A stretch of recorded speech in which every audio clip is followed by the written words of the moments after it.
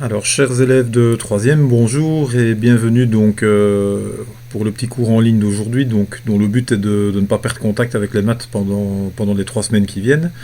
Alors, pour rappel, nous sommes arrivés donc avant la petite pause dans le chapitre sur les fonctions du premier degré. Alors, petit rappel important, c'est qu'une fonction du premier degré va toujours s'écrire f de x égale m fois x plus p. Dans les exercices, comme l'exercice qu'on va faire juste ici après, m et p sont des nombres concrets, ce sont des réels. M a pour mission d'être le taux d'accroissement de la fonction, donc c'est lui qui exprime finalement si cette fonction va être croissante ou décroissante, si la droite graphique va monter ou descendre. P, quant à lui, a un rôle un peu plus mineur, mais néanmoins important, c'est ce qu'on a appelé dans le chapitre précédent l'ordonnée à l'origine. C'est donc l'ordonnée du point d'intersection entre la droite graphique de la fonction et l'axe OY.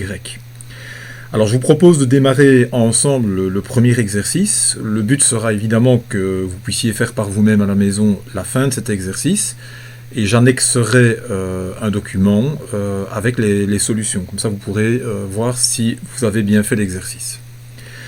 Alors dans ce tableau, en fait on commence par le type de fonction. Donc on peut avoir deux types de fonctions différentes. La première, comme vous pouvez le constater, sa formule commence par f de x. Il y a bien un monôme en x, moins 3x, plus 6. Donc, c'est ce qu'on appelle une fonction du premier degré. On peut mettre un d, puisqu'il y a une petite légende, comme vous pouvez le voir ici au-dessus. Quand c'est premier degré, on met un d. Par contre, la deuxième formule, je vais la faire directement maintenant aussi, vous voyez qu'il n'y a pas de monôme en x. f de x égale moins 2. Ça veut dire que quel que soit le x que vous proposez à la fonction, elle répond toujours une image qui est moins 2. Ça, c'est ce qu'on appelle une fonction constante. On va donc mettre un c. Alors, en ce qui concerne la croissance, notre première fonction, comme vous pouvez le constater, son taux d'accroissement est négatif. C'est le nombre moins 3 qui est devant x, et du coup, c'est une droite qui descend, c'est une fonction dite décroissante. Vous pouvez faire une flèche qui va vers le bas, mais moi ici je vais mettre le petit mot, donc décroissante, puisque le traitement de texte que j'utilise ne me permet pas de le faire. Pour la fonction numéro 2, L étant constante, il n'y a pas lieu de se poser la question de croissante ou décroissante, donc on refait un deuxième C à côté, elle est tout à fait constante. Voilà. Le 0. Alors le 0, c'est quelque chose d'un peu particulier. Dans le chapitre précédent, on avait appris à le repérer sur le graphique. Ici, il va falloir apprendre à le calculer. Alors pour le calculer, il y a une petite formule toute simple qui consiste à prendre l'opposé de la valeur de P. Donc ici, P pour cette fonction-ci, c'est 6. Donc ici, nous allons prendre moins 6, divisé, moins 6, divisé par m, donc ici m qui est moins 3.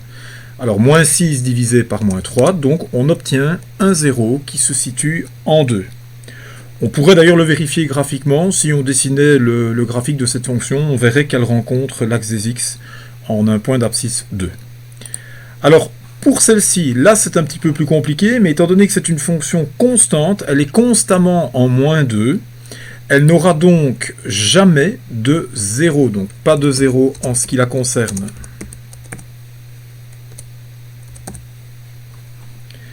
Enfin, l'ordonnée à l'origine. Alors l'ordonnée à l'origine, c'est la valeur du p dans la fonction du premier degré. Donc ici, on fait abstraction du f de x et du moins 3x. On regarde ce qui reste. Qu'est-ce qui reste? Il reste 6. Ça veut dire finalement que quand x est remplacé par 0, eh bien, la fonction donne comme image 6. C'est la hauteur du point d'intersection sur l'axe des y, donc l'ordonnée à l'origine est 6. Pour la suivante, la deuxième, c'est moins 2. Voilà pour le premier exercice que je vous invite donc à faire par vous-même. Alors pour le bas de la feuille, vous voyez que là l'exercice est complètement différent. On a 5 graphiques de droite, il y a des droites qui descendent, il y en a d'autres qui montent, il y a même une droite horizontale. Et on a 5 propositions de formules. Chaque formule, chaque fonction peut être associée à un graphique.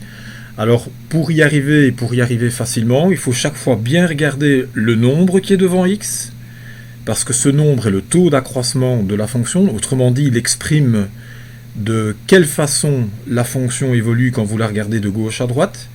La première ici, par exemple, le 2 indique qu'à chaque petit pas qu'on fera de 1 vers x, la droite sera 2 unités plus haute. Et alors le deuxième nombre qui vient parfois derrière, comme 4 ici, 4, 4, c'est l'ordonnée à l'origine, donc c'est la hauteur du graphique sur l'axe des y. Alors ce que vous allez essayer de faire, c'est par vous-même réassocier chaque lettre à la formule qui correspond donc à ce graphique. Là aussi, je mettrai les solutions en ligne très rapidement. Bon courage à tous, je reste évidemment disponible si vous avez besoin d'aide, on essaie de se contacter par mail le plus possible. Au revoir.